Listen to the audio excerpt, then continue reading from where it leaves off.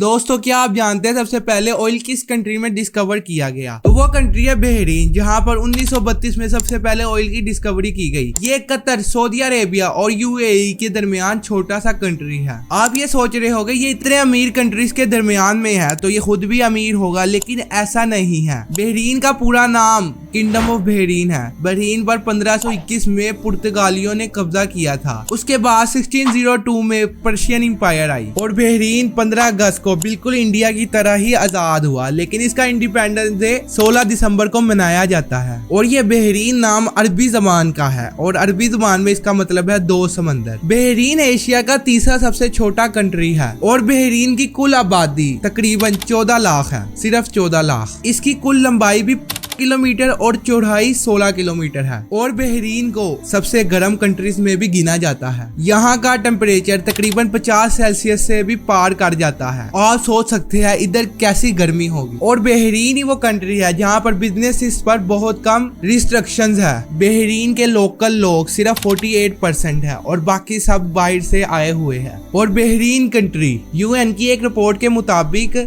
अरब दुनिया की fastest growing economy है। 1986 में शाह फहद ने सऊदी अरेबिया को बहरीन से मिलाने के लिए समंदर के ऊपर एक 25 किलोमीटर लंबा पुल बनवाया। आखिर बहरीन में ऐसा क्या होने जा रहा है जिससे इसकी इकोनॉमी बहुत डाउन पर चली जाएगी? फाइनेंशियल क्राइसिस आने का खतरा है या फिर इसकी इकोनॉमी बूस्ट कर जाएगी? आइए आज की वीडियो के अंदर ये जानता है कि बहरीन के अंदर ऐसा क्या अलग होने जा रहा है उमर एक्सपो की आज की इस वीडियो के अंदर। Highness the Crown Prince and Prime Minister Prince Salman bin Hamad Al Khalifa received the chairman of the national institution. Bahrain की समंदर में जबरदस्त लोकेशन होने की वजह से बहरीन पूरे पर्शियन गल्फ पर छा गया। इंडिया और ईरान से बड़ी तादाद में बिजनेसमैन बहरीन के अंदर आने लगे, जिसकी वजह से बहरीन एक ट्रेडिंग जॉइंट बन चुका था। ऑयल डिस्कवर होने से लेकर 1935 तक Bahrain 25,000 ton oil barrels Japan भेज रहा था और इसके बाद बहरीन में लाखों डॉलर्स आ रहे थे।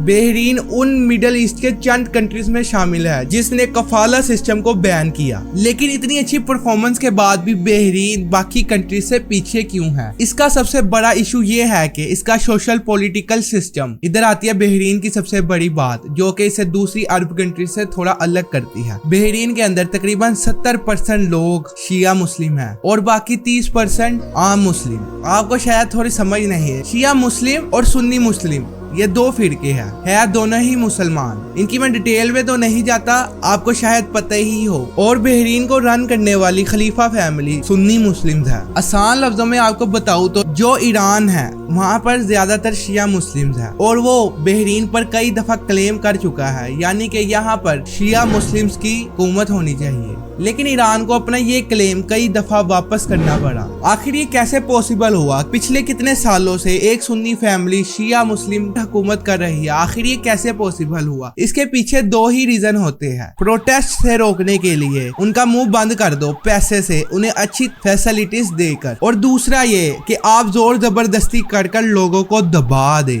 यानी कि गुंडागर्दी करे। बहरीन ने जो अक्ल इस्तेमाल की वो ये है कि अपनी आवाम को खुश रखो, उन्हें बहुत सारा पैसा दो और बहुत सी फैसिलिटीज दो, और जो ये रूल अपनाता है तो उसकी आवाम के ऊपर जो है, यानी कि जो उन पर हुकूमत कर रहा है, उन्हें उससे कोई सरोकार नहीं, वो सिर्फ अपनी फैसिलिटीज में ही खुश रहते हैं। यही तरीका बहरीन ने अपनाया। अगर आप बहरीनी नेशनल्स हैं आपको बहुत सारी फैसिलिटीज मिलेगी और गवर्नमेंट जॉब लेना तो कोई मसला ही नहीं। और बहरीन के अंदर कोई भी प्रोटेस्ट करता है तो उसे टेररिस्ट समझा जाता है। वहाँ की हुकूमत ने इसकी सजा इतनी सख्त रखी है, या तो आपको सूली पर लटका दिया जाएगा या तो आपको जेल में डाल दिया जाएगा सारी उम्र के लिए भी शायद, और आपकी नेशनैलिटी भी कैंसिल हो सकती है और बहरीन से डिपोर्ट कर दिया जा सकता है। और ये हो भी चुका है। 2021 में काफी शिया मुस्लिम ने डेमोक्रेसी का ऐलान कर दिया, लेकिन सऊदी अरब और यूएई ने अपनी फोर्सेस बहरीन भेजी और काफी लोगों को जेल में डाला गया और काफी की नेशनैलिटी कैंसिल कर दी गई और ये सारे प्रोसीजर को बहुत अच्छे तरीके के साथ क्रश कर दिया गया। बहरीन की जो 75 इनकम है वो ऑयल से आती है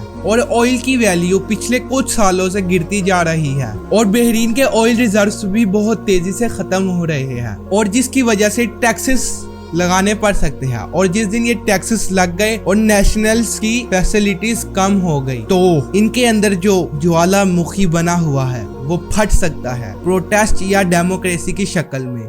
लेकिन बहरीन को ये भी फैसिलिटीज मिली है, खुदा की तरफ से अपॉर्चुनिटी मिली है, जिसमें 2018 में शेल ऑयल के बहुत बड़े रिजर्व्स डिस्कवर किए गए हैं। और इसके तकरीबन 4 साल बाद अल जोबा जो के 2 नेचुरल गैस डिस्कवर हुए हैं, और इन डिस्कवरी की वजह से पूरे मिडिल ईस्ट में हलचल मची हुई है। बहरीन में बड़ी बड़ी डील करना चाह रही है। ये ऑयल और गैस रिजर्व्स इतने ज्यादा है कि अगले 40 साल तक भी खत्म नहीं होंगे। लेकिन इसकी एक बड़ी वजह ये भी है कि ये है शेल ऑयल, और ये है भी समुंदर के नीचे। शेल ऑयल को एक्सपेंस करना दूसरे ऑयल की निस्बत बहुत ज्यादा होता है, और अगर बहरीन को इससे प्रॉफिट हासिल करना है तो उसको ये देखना होगा कि मार्केट में इस ऑयल की प्राइस $60 से ऊपर रहे, यानी कि 1 बैरल की। लेकिन इसको भी अंजाम तक पहुंचाने के लिए कुछ साल लगेंगे। उस अरसे में बहरीन को चाहिए कि वो ऑयल पर डिपेंड ना रहे, बल्कि अपने दूसरे एक्सपेंस या साइड बिजनेस ओपन करे,